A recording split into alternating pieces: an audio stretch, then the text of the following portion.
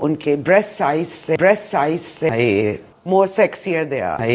क्या इसी तरह से मर्दों में भी साइज के हवाले से डिस्कशन होती है? मैं यूं करके बैठ गया, ये क्या सवाल हो रहे हैं भाई। अस्सलाम वालेकुम ख़वातीन हज़रात, मैं हूं आपका मेज़बान सुमैर और आज के नए प्रोग्राम में हम आपको खुशामदीद कहते हैं। दोस्तों, आज का प्रोग्राम शुरू करने से पहले आप लोगों से रिक्वेस्ट है कि अगर ये प्रोग्राम आप अपनी फैमिली के साथ बैठ के देख रहे हैं या आपके इर्द छोटे बहन भाई हैं या बच्चे हैं, तो आप ये वीडियो अकेले बैठ के देखें, क्योंकि इसमें कुछ ऐसी चीज़ें डिस्कस होने जा रही हैं जो कि बच्चों की पहुंच से दूर रखनी चाहिए। कहीं ऐसा ना हो कि आप ये मेरी वीडियो प्ले कर दें और फिर कुछ ऐसी डिस्कशन आए बीच में तो आप शर्मिंदगी आपको हो और आप बच्चों को और बच्चे आपको देख रहे हो। बात करेंगे हम इफ़त उमर और अदील अफजल, जिनको आपने परिजात में नासाज का किरदार अदा करते हुए देखा, इनके उस पॉडकास्ट के बारे में जिसमें ये बैठकर मर्दों और औरतों के प्राइवेट पार्ट्स के साइज के हवाले से बात कर रहे थे। अब ये पॉडकास्ट देखने के बाद मेरे तो छक्के छूट गए कि भाई इफ़त उमर कितना इनके अंदर ये कॉन्फिडेंस है कि ये ऐसी ऐसे सवालात ऐसी ऐसी बातें कर रही हैं जिसे सुनने के बाद मैं ये 4 घंटे बैठ के सोचता रहा कि मैं इस पर कैसे बात करूँगा। इफ़त उमर अदील अफजल से कहती हैं, अब ज़रा गौर कीजिएगा, ये मैं ना तो सनसनी फैलाऊंगा कि क्या हुआ, आपको बताऊंगा, डायरेक्ट टॉपिक पर आते हैं। इफ़त उमर अदील अफजल से कहती हैं कि जिस तरह से औरतें एक दूसरे के ब्रेस्ट साइज को देखकर, मतलब चेस्ट को देखकर कहती हैं कि यार इसके कितने बड़े हैं, इसका साइज़ कितना बड़ा है, और जिसके कम होते हैं उसको एहसास कमतरी का शिकार होता है, मतलब उसको फील होता है कि यार ये बहुत सेक्सी है, मेरे बहुत छोटे हैं। तो ये चीज़ें जब औरतों में डिस्कस होती हैं तो औरतें एक दूसरे को देखकर कहती हैं कि यार ये बहुत सेक्सी लगती है, ये बहुत अच्छी लगती है, ये बहुत हॉट लगती है। क्या इसी तरह से मर्दों में भी साइज़ के हवाले से डिस्कशन होती है? अब ये सुनकर तो मैं यकीन जाने मैं यूं करके बैठ गया, ये क्या सवाल हो रहे हैं भाई, ये पॉडकास्ट है। और अदील अफजल पहले हंसते हैं और फिर कहते हैं कि जिस तरह से औरतों के सामने नज़र आ जाते हैं, पता चल जाता है कि भाई किसके बड़े और किसके छोटे हैं, लेकिन मर्दों में तो नज़र नहीं आता, मर्दों में तो छुपा हुआ रहता है सब कुछ। अब हर मर्द जो है वो यही कहता रहता है कि मेरा बहुत बड़ा है, मेरा बहुत बड़ा है। अब जिसका बड़ा नहीं होता वो भी ये कहता रहता है कि मेरा बहुत बड़ा है, लेकिन क्या होता है कि अब उसका होता नहीं है तो वो अंदर ही अंदर एहसास कमतरी का शिकार होता रहता है। वो कहता है मैं दुनिया के सामने कह तो रहा हूँ, लेकिन मुझे पता है कि मेरा बहुत छोटा है।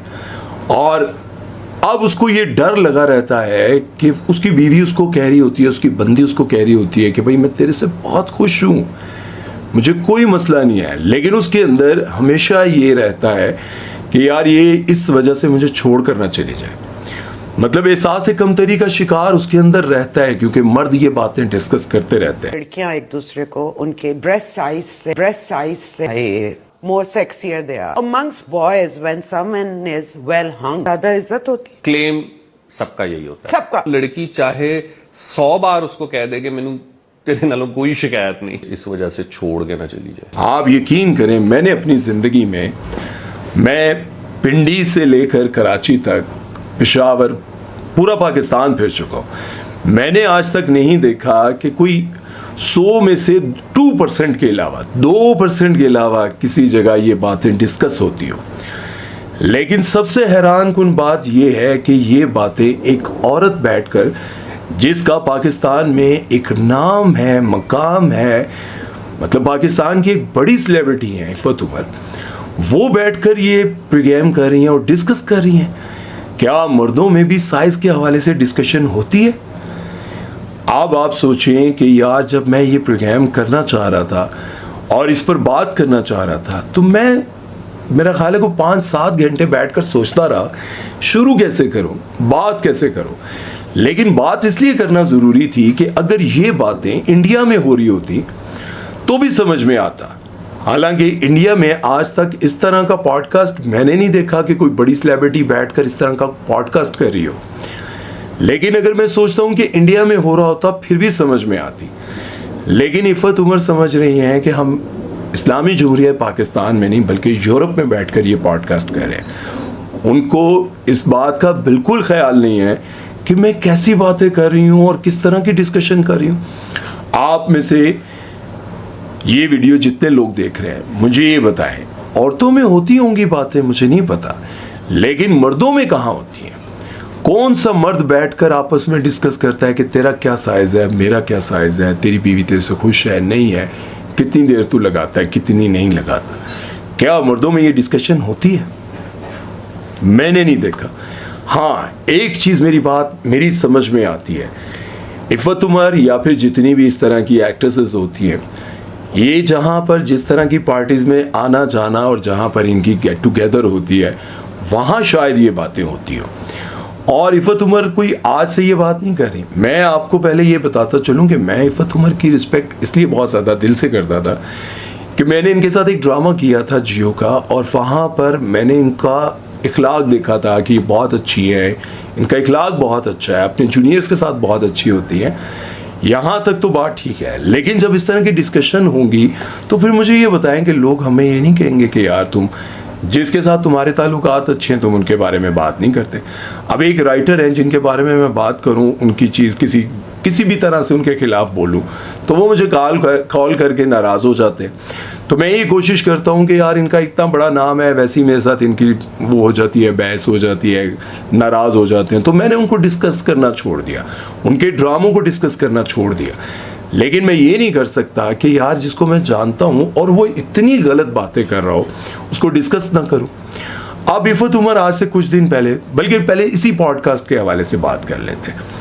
इस पॉडकास्ट में वो ये बताती है कि भाई हमारे यहाँ हमारे ड्रामों में सुहाग रात बड़ी ज़रूरी है दिखाना, और सुहाग रात में ये भी दिखाना बहुत ज़रूरी है कि भाई इन दोनों के दरमियान कुछ हुआ है या नहीं हुआ। वो ये भी डिस्कस कर रही थी कि ड्रामों में लोग देखते हैं कि शादी हो गई है, अब अगले सुबह अगर उसको नहा धोकर बाल सुखाते हुए नहीं दिखाया और एक दूसरे की आंखों में आंखें डालकर शर्माते हुए खुश होते हुए नहीं दिखाया तो इसका ये मतलब है कि इन दोनों के दरमियान कुछ नहीं हुआ। फिर उन्होंने वो ड्रामे भी दिखाया, उस ड्रामे के बारे में भी बात की जिसमें ठिशुम ठिशुम ठा हुई थी, ड्रामा सीरियल तेरे बिन, जिसमें दिखाया ये जाता है कि वो बीवी से काफ़ी अरसे तक दूर रहता है, और वो ड्रामा इसी वजह से हिट हुआ कि कब ये दोनों आपस में एक जगह सोएंगे, क्योंकि यमुना जैदी का किरदार था कि वो बेड पर सोती है और वहा जो है वो सोफे पर, मुर्तसिम जो है वो सोफे पर सोता है, और एक ऐसा वक्त आता है जिसमें बीवी जो है वो अपने शौहर के मुंह पर थप्पड़ भी मारती है और थूकती भी है, और शौहर उसको ज़बरदस्ती हाथ से पकड़कर कमरे में ले जाता है, और फिर कुछ ही देर बाद दिखाते हैं कि वो पसीने से भरी हुई है, बाल उसके ख़राब है, और वो यूं गुस्से में बैठी हुई है कि मेरे साथ क्या हो गया। तो ये जेस्चर उन्होंने दिया उस ड्रामे में। तो उन्होंने कहा कि इसी तरह के ड्रामे हिट होते हैं। अब दानिश तैमूर के ड्रामे में भी यही दिखाया गया, मन मस्त मलंग था, या फिर इसी तरह का ड्रामा था जिसमें वो मियाँ बीवी बेड पर लेटे और हाथ आपस में ना एक दूसरे के साथ जोड़ने की कोशिश कर रहे। फिर कुछ ही अरसे बाद दिखाया जाता है कि बस वो सुबह उठती है, नहाती है, एक दूसरे को देखते हैं।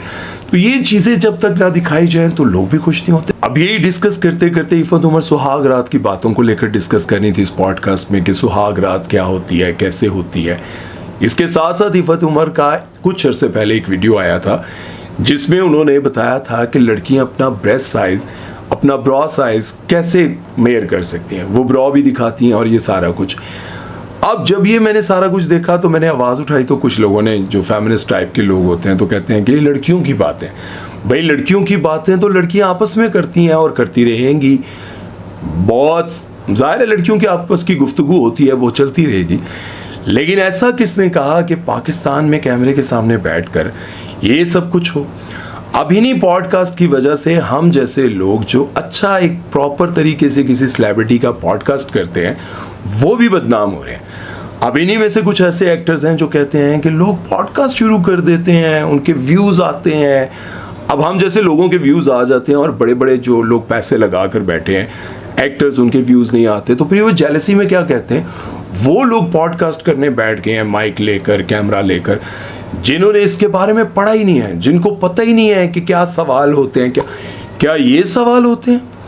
क्या इफ़त उमर जिस तरह की बातें कर रही हैं, या फिर एक और हमारी हैं वो जो डबल मीनिंग जुमले बोलती हैं, क्या नाम है उनका यार, क्या जो ताबिश हाशमी भी जिनकी वजह से बहुत हिट हुए थे, नाम ज़रा कमेंट सेक्शन में लिखिएगा। मैं हैरान होता हूँ क्या इस तरह के पॉडकास्ट होते हैं, क्या इस तरह की चीज़ों को देखकर आपको लगता है कि ये है पॉडकास्ट, या फिर आप रेहान तारी के पॉडकास्ट को देखकर कहते हैं ये आप क्या कर रही हैं। अब मैं आपसे सवाल करता हूं कि सैयद नूर साहब के साथ जब मैं पॉडकास्ट कर रहा था तो क्या मैं सैयद नूर साहब से ये मोबाइल निकाल कर साइमा जी का डांस दिखाता कि ये है सकाफत, ये आप फिल्म्स बनाते हैं, ये जरा देखें। इस तरह के पॉडकास्ट वायरल होते हैं। बहरहाल लोगों ने क्या लिखा कि अदील अफजल को हम बहुत सोबर समझते थे, डिसेंट समझते थे, लेकिन हमें नहीं अंदाजा था कि ये अंदर से इतने छिछोरे हैं। मैं ये समझता हूँ कि शायद अदील अफजल को पेमेंट इतनी अच्छी मिली होगी या फिर उनको लगा होगा कि इफ़त उमर ने बुलाया यार जाना तो है, उन्होंने ये कर दिया होगा। कुछ लोगों ने ये भी लिखा कि कितने पागलपन का शिकार हैं ये बंदे, सारे मर्दों का ही कह दिया। मतलब जाहिर है यार ये दोनों बंदे जो हैं वो इतने पागल हैं, कौन से सारे मर्द ये काम करते हैं। इसके बाद एक और जो है वो लिखते हैं कि कोई बात नहीं, व्यूज़ तो आ रहे हैं ना, सब पैसे का खेल है, कंटेंट के बारे में कोई नहीं सोचता। वाकई कोई नहीं सोचता। फिर उसके बाद कुछ लोगों को ज़्यादा गुस्सा आया तो उन्होंने ये भी लिखा लानत है दोनों पर, और ये भी लिखा कि दुनिया बहुत आगे निकल गई है, तुम लोग बस साइज़ के चक्कर में लगे हुए हो। किसका क्या साइज़ है भाई, जिस तरह की वो फील्ड में है वहाँ पे साइज़ डिस्कस होते हैं, वहाँ पे मैटर करता है साइज़। हम जैसे लोगों में मैटर नहीं करता कि हाँ, ना ही हम लोग डिस्कस करते हैं। आप जब ये सारे कमेंट्स में पढ़ रहा था तो बिल्कुल एंड पर जाकर लिखा हुआ था कि उफ इतनी बेइज्जती, मतलब जितने कमेंट्स थे वो सारे इनके खिलाफ थे। लोगों ने लिखा हुआ था कि ये दोनों पागल हो गए हैं। कुछ लोगों ने लिखा था कि अदील अफजल बहुत समझदार लगते थे, बहुत सुलझे हुए लगते थे, लेकिन ये सारा कुछ देखकर तो हैरान है हम कि ये इस तरह की डिस्कशन करेंगे।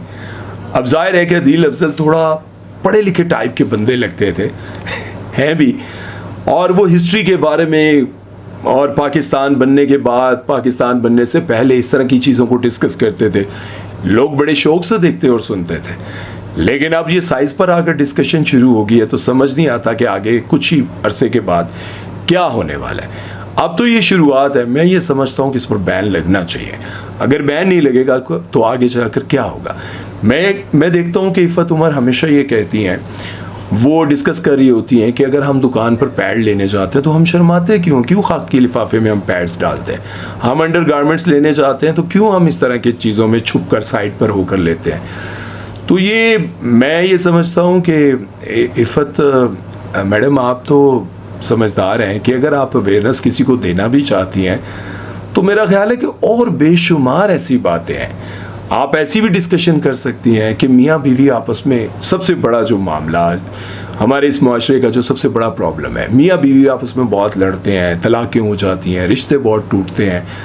आपको चाहिए कि इस पर डिस्कशन की जाए कि दोनों मियाँ बीवी आपस में खुश कैसे रह सकते हैं, कौन सी बातें हैं जिस पर एक दूसरे को सुलह हो जाए, दोनों की लड़ाई झगड़े ख़त्म हो जाए। आप ऐसी भी डिस्कशन कर सकती हैं कि हम मुसलमान हैं, हमें इस दुनिया में क्या करने हम आए थे और क्या कर रहे हैं, हमें ये डिस्कशन करनी चाहिए। आपको मेरा ख्याल है जितने लोग देखते जानते सुनते हैं तो आपको तो ये डिस्कशन करनी चाहिए कि देखें हमने इस दुनिया में इतना पैसा कमा लिया, सब कुछ कमा लिया, अब हमने जाना है इस दुनिया से वापस, मैंने भी जाना है, सबने जाना है, तो हम क्यों ना कुछ ऐसा कर जाएं कि यहाँ भी हमारी दुनिया अच्छी हो जाए और आखिरत भी अच्छी हो जाए। लेकिन समझ से बाहर है कि व्यूज़ और ट्रेंडिंग पर रहने का जुनून इंसान को इस कदर गिरा देगा, सोच भी नहीं सकता था। बहरहाल अल्लाह ताला आपको समझ अता फरमाए, दोनों को, हमें भी। बातें तनकीद जो हम करते हैं वो तहजीब के दायरे में इसलिए रहकर करते हैं कि इफ़त उमर कोई मेरी ख़रीदी भी नहीं है या किसी की ख़रीदी नहीं है। हम आपस में एक दूसरे पर तनकीद ऐसी करें कि वो लगे दिल को जाकर, और कुछ बुरा भी लगे तो उसको ये लगे कि यार बदतमीज़ी नहीं की, क्योंकि हम किसी पर अपना रोब नहीं जमा सकते, हम सिर्फ समझा सकते हैं। हम कह सकते हैं कि देखें अल्लाह ने इस दुनिया में भेजा था पैसा कमाने तो नहीं भेजा था, नाम बनाने नहीं, इस दुनिया में हमें भेजा गया था कि इस दुनिया का कोई भी इंसान कलमा पढ़े बगैर ना रहे। इस दुनिया में हमने सबको बचाना है, सबके लिए हमने मेहनत करनी है। अल्लाह के रसूल सल्लल्लाहु अलैहि वसल्लम ने अपने जितने भी सहाबी थे उनको जैसे जैसे वो इस्लाम सीखते थे, दीन सीखते थे, तो फिर उनको रवाना कर देते थे कि जाओ दुनिया के उस कोने में जाओ, उस कोने में जाओ, इस्लाम फैलाओ, इस्लाम की दावत दो। फिर करते करते इस तरह से 7 अरब लोगों में 7 अरब आई थिंक 7 अरब लोगों में दीन इस तरह से कोने कोने पर फैला। और अगर सारे ये सोच कर बैठ जाते कि हम इस दुनिया में कमाने आए हैं, पैसा कमाएंगे, नाम बनाएंगे और बस चले जाएंगे, तो फिर आज दुनिया में शायद सऊदी अरेबिया या फिर मदीना में ही इस्लाम होता, बाकी दुनिया में ना होता। ये बात बड़ी गहरी है अगर आप थोड़ी देर के लिए सोचें। पैसे के साथ, नाम शोहरत के साथ हमें जो हमारा मकसद है वो भी पूरा करना है, उस पर भी चलना है। उम्मीद है कि ये प्रोग्राम मैंने कोशिश की है कि आपको समझा सकूं, बता सकूं हमारी ज़िंदगी का मकसद क्या है।